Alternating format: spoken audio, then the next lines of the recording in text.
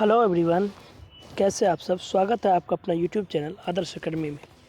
मित्रों, आज हम लोग सीटेट परीक्षा 2026 के लिए विगत वर्ष 30 दिसंबर 2021 का व्याख्या सहित सॉल्व पेपर देखेंगे। पेपर 2 के लिए कक्षा 6 से 8 के लिए यह प्रश्न पत्र जो 30 दिसंबर 2021 में पूछा गया है उनका यहाँ सॉल्व किया गया है। जो प्रश्न संख्या 21 से 30 तक दर्शाया गया है, क्योंकि इससे पहले हमने जो है 1 से लेकर 20 तक सभी प्रश्नों को देख लिया था, उनका हल कर लिया था, जो हमारे इस चैनल पर मिल जाएगा। तो चलिए शुरुआत करते हैं। प्रश्न संख्या 21, जिसमें दिया गया है, पौधों पर चर्चा करते हुए एक शिक्षक ने पाया कि कई बच्चे इस संकल्पना के संबंध में भ्रांतियां हैं। इस संदर्भ में शिक्षक को कह रहा है कि किसी एक पौधा पर चर्चा करते हुए उनके विभिन्न भागों के बारे में, उनके प्रजाति के बारे में बताते हुए शिक्षक को यह लगा कि इस संबंध में, इसको समझने में बहुत सारे बच्चों के बीच भ्रांतियां हैं, भ्रम है, गलतफहमियां हैं। इस संदर्भ में शिक्षक को क्या करना चाहिए। 1 नंबर दिया गया है, विद्यार्थियों को उनकी भ्रांतियों की पहचान करने में मदद करनी चाहिए और समझ का दोबारा निर्माण करना चाहिए। 2 है, ऐसी भ्रांतियां पालने के लिए विद्यार्थियों को सजा देनी चाहिए और इस समय इस विषय को छोड़ देना चाहिए। 3 है, स्पष्ट रूप से भ्रांतियों की ओर संकेत करना चाहिए और याद करने के लिए सही जानकारी देनी चाहिए। 4 है, विद्यार्थियों को बौद्धिक रूप से तुच्छ नामीकरण करना चाहिए और उन्हें विशिष्ट शिक्षा के लिए अनुमोदित करना चाहिए। तो इनका सही जवाब होगा ऑप्शन नंबर 1, क्योंकि जब जो है छात्रों में समझने में, किसी अवधारणा को समझने में अगर भ्रांतियां हो, उन्हें भ्रम हो, कोई दिक्कत परेशानी हो, तो एक शिक्षक का कर्तव्य बनता है, उनका दायित्व होता है कि उनके गलतफहमी को पहचान कर उन्हें दूर करना चाहिए और इस चीज़ को दोबारा उसको समझाना चाहिए। तो प्रश्न संख्या 21 का सही उत्तर होगा 1। आइए प्रश्न संख्या 22 देखते हैं, जिसमें कथन और तर्क के आधार पर प्रश्न दिया गया है। देखते हैं। कथन 1 कह रहा है, अधिगमकर्ताओं में समालोचनात्मक चिंतन के विकास के लिए एक अध्यापक कक्षा में कई समाचार पत्र लेकर आती है, जिन सभी में एक विशेष खबर का उल्लेख है और अधिगमकर्ताओं को समूहों में चर्चा करने को कहती है। कथन जो है कह रहा है कि एक शिक्षिका समाचार पत्र लेकर आती है जिसमें विशेष प्रकार की खबरें हैं और कई प्रकार के समाचार पत्र हैं, जिसका जो है उल्लेख करने के लिए छात्रों को समूह में चर्चा करने के लिए कहता है। तो दूसरा है, तर्क आर माध्यमिक स्तर पर पाठ्य पुस्तकें ही ज्ञान का एकमात्र साधन है। क्या दोनों में क्या जो है समानता है, क्या एक दूसरे का सही व्याख्या है। तो आइए देखते हैं।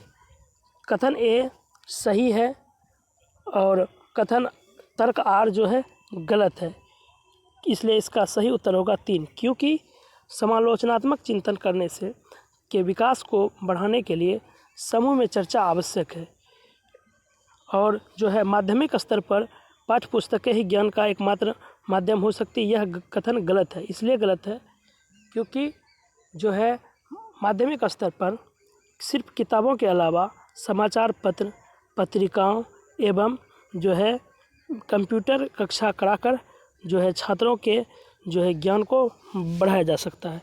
इसलिए कथन ए सही है किंतु आर गलत है। प्रश्न संख्या 23 देखते हैं, जिसमें दिया गया है कि माध्यमिक स्कूल के शिक्षक को 1 नंबर विद्यार्थियों की त्रुटियां उसे बतानी चाहिए उसकी असफलता बताने के लिए। 2 है, विद्यार्थियों की त्रुटियां पूरी कक्षा को बतानी चाहिए उसे अपमानित करने के लिए।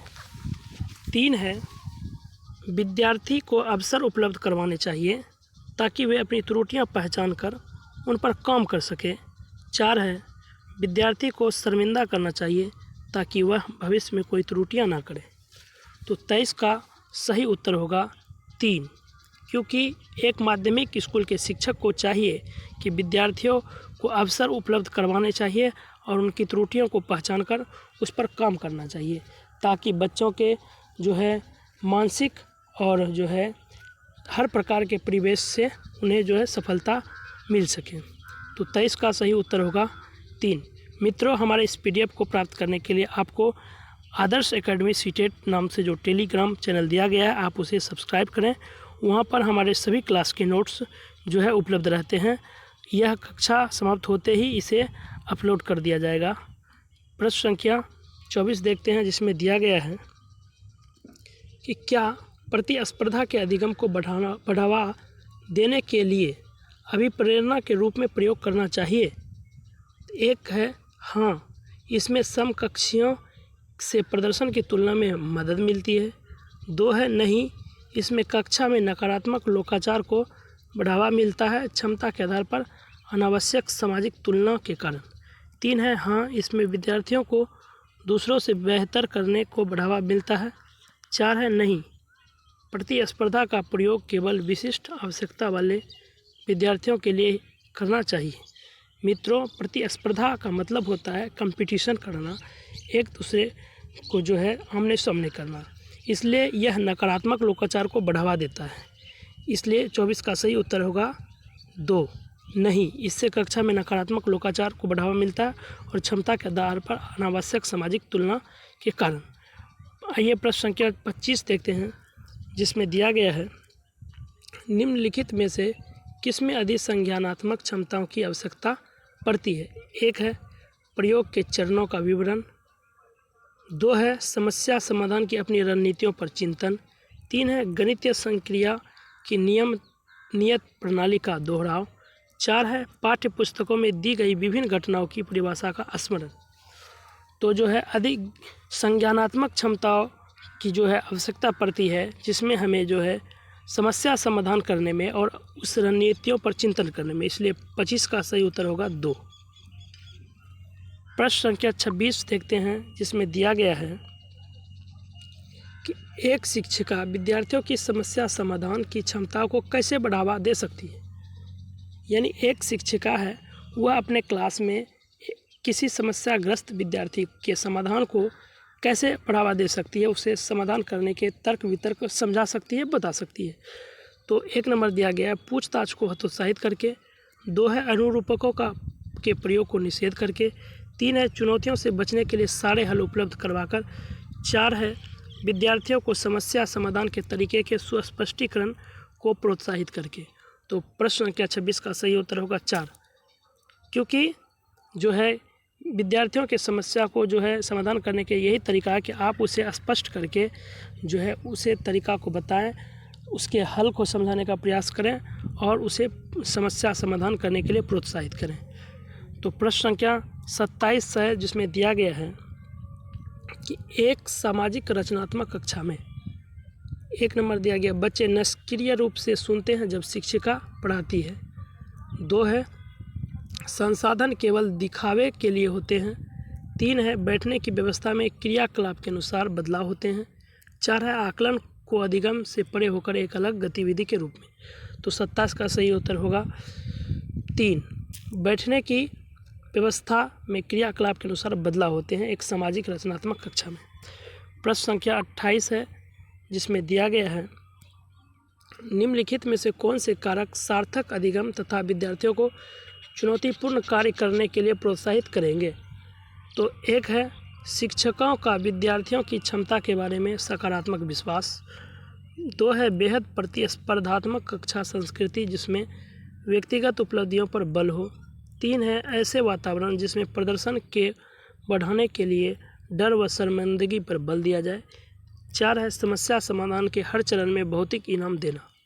मित्रों, शिक्षकों जो है को चाहिए कि वह जो है विद्यार्थियों की क्षमताओं के सकारात्मक विश्वास को बढ़ाए, ना कि उन्हें जो है किसी भी प्रतिस्पर्धात्मक जो है तरह से प्रयोग करें, ना ही जो है उन्हें शर्मिंदगी पर बल दिया जाए, ना ही उन्हें कोई भौतिक इनाम देना चाहिए। इसलिए प्रश्न संख्या 28 का सही उत्तर होगा 1, शिक्षकों को विद्यार्थियों की क्षमता के बारे में सकारात्मक विश्वास।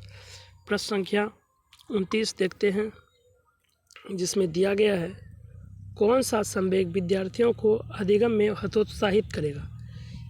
कौन ऐसा संवेग है जो विद्यार्थियों को जो है जानकारी इकट्ठा करने में, पढ़ने में, अधिगम करने में, लर्निंग करने में उनको हतोत्साहित करेगा। ऑप्शन ए है गर्व, 2 है आनंद, 3 है उम्मीद, 4 है बोरियत।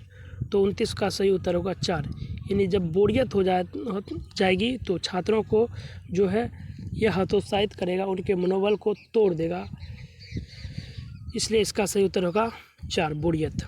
30 प्रश्न संख्या देखते हैं, जिसमें दिया गया यदि छात्र आपके शिक्षण में रुचि नहीं ले रहे हैं तो आप क्या करेंगे।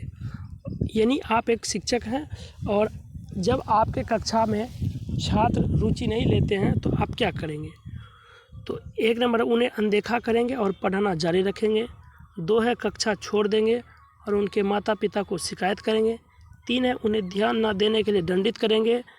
4 है अपनी शिक्षण विधियों पर चिंतन करेंगे और वैकल्पिक विधि का प्रयोग करेंगे। तो मित्रों, अगर आपके कक्षा में कोई छात्र रुचि नहीं ले रहा है, उसे मन नहीं लग रहा, आप बता कुछ और रहे हैं, वह समझ कुछ और रहा है, या अन्य प्रकार की एक्टिविटी करता है, कोई गतिविधि करता है, तो आप अपनी शिक्षण विधियों पर चिंतन करेंगे और वैकल्पिक विधि का प्रयोग करेंगे। इसलिए 30 का सही उत्तर होगा ऑप्शन 4। मित्रों, आप आदर्श एकेडमी के मेरे इस चैनल पर जो है जुड़े, ताकि जो है आपको अधिक से अधिक जो है जानकारी जो है दिया जा सके। इसलिए आप हमारे आदर्श एकेडमी के इस चैनल पर जुड़ें और इसका PDF नोट प्राप्त करने के लिए हमारे जो है टेलीग्राम चैनल से अवश्य जुड़ें। आज की कक्षा यहीं समाप्त होती है। धन्यवाद, शुक्रिया, आदाब।